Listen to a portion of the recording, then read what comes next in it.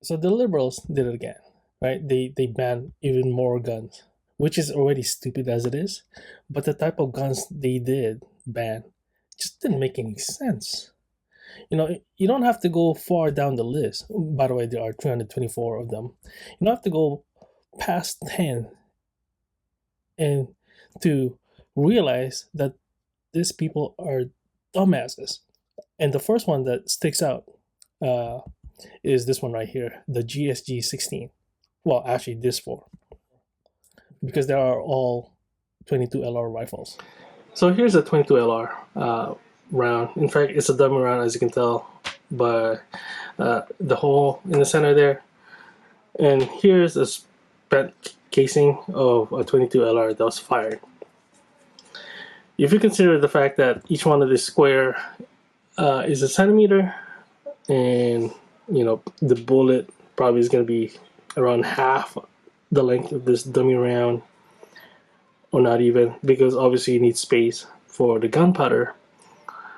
Yeah, it's a very small bullet, especially if you compare it to 12 gauge right here, right? As you can see, the huge size difference between the two. But at any rate, it's still a very lethal round, right? In fact, it's ideal for dispatching small vermins like groundhogs and hunting small game like rabbits, because obviously if you use one of these, a 308 or even a 223, you'll basically have nothing left, because you would have obliterated your target. Right? So this makes a lot of sense. But it's also popular for plinking, right? Because of its price. Like each one of these round is probably going to be around 10 cents. Could be cheaper, could be more, depending on specification.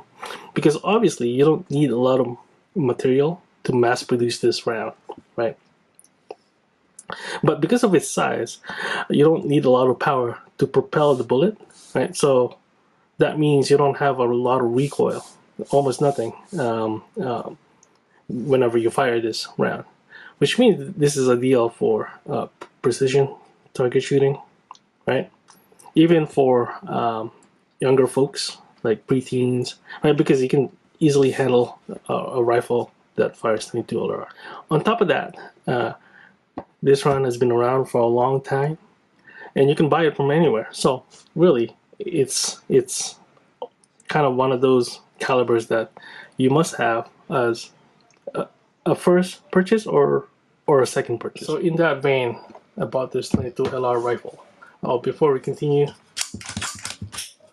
nothing in the chamber, nothing in the feeding pad, unloaded magazine right here, and safety is on, so we're good to go. So like I was saying, I was looking for a rifle that fires a 22 LR cartridge, and I ended up with this, but I was looking at the GSG 15, 16, STG 44, and so on and so forth, among other things, because they're all practically the same and functionally the same, right? Like I said, they fire the same 22 LR cartridge. They're all semi-automatic, so which means one trigger pull, one bullet. There's no fully automatic here. In fact, all fully automatics are prohibited in Canada, so you can't even buy them. Also, they're high capacity, like 20 or more rounds in a magazine, right? And for some of the GSG, like the 15 and 16, has a Picatinny rail that you can mount optics, like a 4 to 16 scope or a sight. And some of them have rails on the side as well, so you can attach accessories like a bipod here, right? But I went with this for a few reasons. One of them is because it comes with a heavy barrel, right, which arguably is better for accuracy, among other things, and also the price and stuff like this, and build quality. But regardless of that, they're all practically the same. So it doesn't make any sense, like why ban those and not this one. I'm not saying they should ban this. That'd be ridiculous. But there is no rhyme or reason for them doing that, aside from the fact that of how it looks. And this is what a GSG 16 looks like. It is, quote unquote, an assault style rifle, which is a ridiculous term. At any rate, GSG-16 looks like this because it is meant to mimic a HK MP5, which is obviously a submachine gun, which is an actual assault rifle. An assault rifle is basically one that has a magazine and that can fire fully automatically, right? So as you can see here, for the firing modes, it has safe, semi-auto, so basically one trigger, one pull. It has burst, in this case 3 rounds in a single pull, and then finally fully automatic, right? So that's basically an assault rifle. That's the real definition of it, right? But obviously you can't buy this. So what the GSG did, or German sports guns, they made a rifle that looks like an MP5 because it's a cool gun and everything, but you can't have it. So they made it and chambered it in 22 LR, which is a very affordable and ubiquitous ammunition, right? So they so the government literally banned it just based on how it looks, not because it's an actual assault rifle or anything like that, or you can fire fully automatic, but because of the style, right? And the other one too is the MP40, which is based on like a really old World War II era assault rifle. Again, this is a 22 LR semi-auto only. Same thing with the STG-44. In fact, I almost bought this because well, look at it. It looks really cool and everything, but it's still a 22 LR nonetheless. It's just that it's really heavy and it was actually kind of expensive, what I recall. But anyways, right. And as you can see here, this is from Cabela's Canada. This is Firearms Outlet Canada, and again Cabela's. So basically up to a few days ago, Canadian online stores were selling these rifles without any issues whatsoever. In fact, some of these guns were on sale. Like I almost bought one, and they banned it because of how it looks and not because of how it functions, right? And as you can see here, they have multiple GSG-16 on the list here. STG-44 is also on the list multiple times. In this case, 3 times. And you have to ask yourself, why is it on the list multiple times? And that's because these rifles are imported into Canada by various companies and rebranded, right? But they're still the same gun. And since there is no actual categorization that you can put in place that would target this particular gun aside from their name, so they have to ban STG-44 3 times under 3 different names, right? And they're not even variances because they're the exact same gun. It's just that they were branded differently based on the company that imported them. So again, it just doesn't make any sense. Now, there's a lot of them here, this band, and there are some interesting ones as well. So, for example, the RDB and the RFB. Right? So this is an RFB, right? It's basically a bullpup semi-auto rifle. In this case, it's chambered in 308. This was actually a non-restricted rifle in Canada up to 2 days ago, which means you can get the lowest level gun license and be able to buy this from a gun store.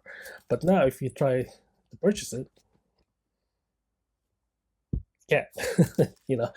So yeah, and then you have to ask yourself why this particular gun. So it looks like one of these assault rifles. These are all bullpup assault rifles. Basically, a bullpup is a rifle that has the magazine behind the grip. And what this does is have a rifle that has a very short overall length and still maintain a decent barrel length for power and accuracy. So, all right. So the thing is, I also have a bullpup rifle. So first of all, nothing in the chamber, nothing in the feeding pad. Set these on, no lie around whatsoever. All right, so we're good to go. Right. So like I was saying, I also have a bullpup rifle right here, and the only thing I can think of that they banned that one, not this one, is because this one is a 12 gauge shotgun. Right. So the one that was banned is Chamber 308. Scary looking. It's an assault style rifle, but you know this one is still okay because it's a shotgun. I mean, even though technically they were both classified as unrestricted, and what makes it unrestricted, among other things, is the fact that the magazine can only hold 5 rounds. These are dummy rounds. You can see from the screw there, screw. But yeah, even though these are fat, like 12 gauge dummy rounds, it only occupies this much of the magazine, right? You could, physically fit more, but technically you can't because it's been modified so that it can comply with that restriction for the unrestricted classification. Among other things, there's other things as well, like barrel length and everything. Oh, speaking of which, this has a barrel length of 20 inches, more than the 22 LR rifle that I showed earlier, but it has an overall length that is much shorter than that one because of the bullpup design, where you have the magazine behind the grip here. So the barrel is this long, but the gun is only this long. So let's get.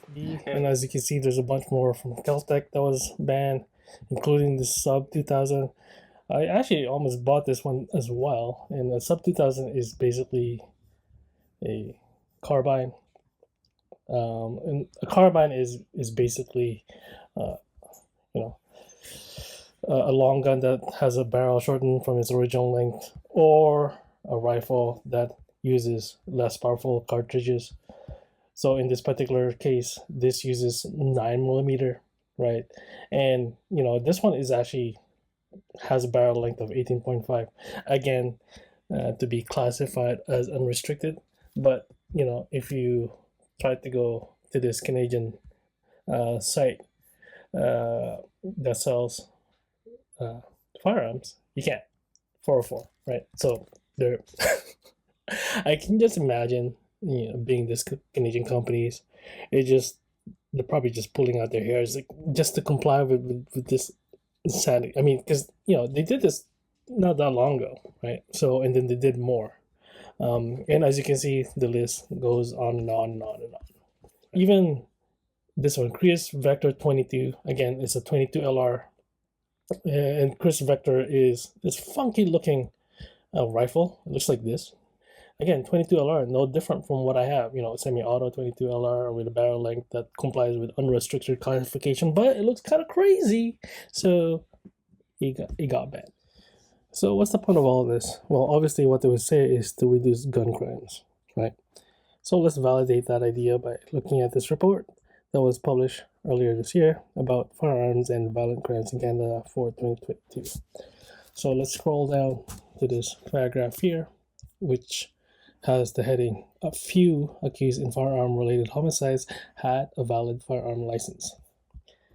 And then let's read the sentence here.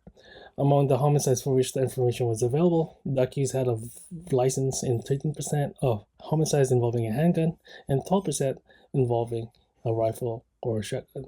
In other words, 87 to 88% of all homicides are committed by people that don't have a valid gun license, right? And those people don't care about a ban. They're already illegally obtaining some kind of gun, and they're not gonna try to avoid to get a GSG-16. They don't care about that. Well, first of all, they're not gonna use a 22 LR rifle to like, whatever organized crime with a gun, right? So the whole thing is pointless. It's virtue signaling.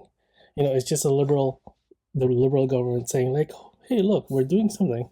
Obviously, it's not gonna do anything aside from making it difficult for valid gun license holder like myself, and for stores that have to you know follow the rules. It's just a big mess. One would hope that in 2025 we'll get a new government, you know, conservatives, and they would rescind and undo all this stupidity and put forth a much um, sane gun laws. Instead of this, where they get to willy nilly ban specific models of guns because of arbitrary reasons. Anyways, that's it. Thanks for watching. Bye.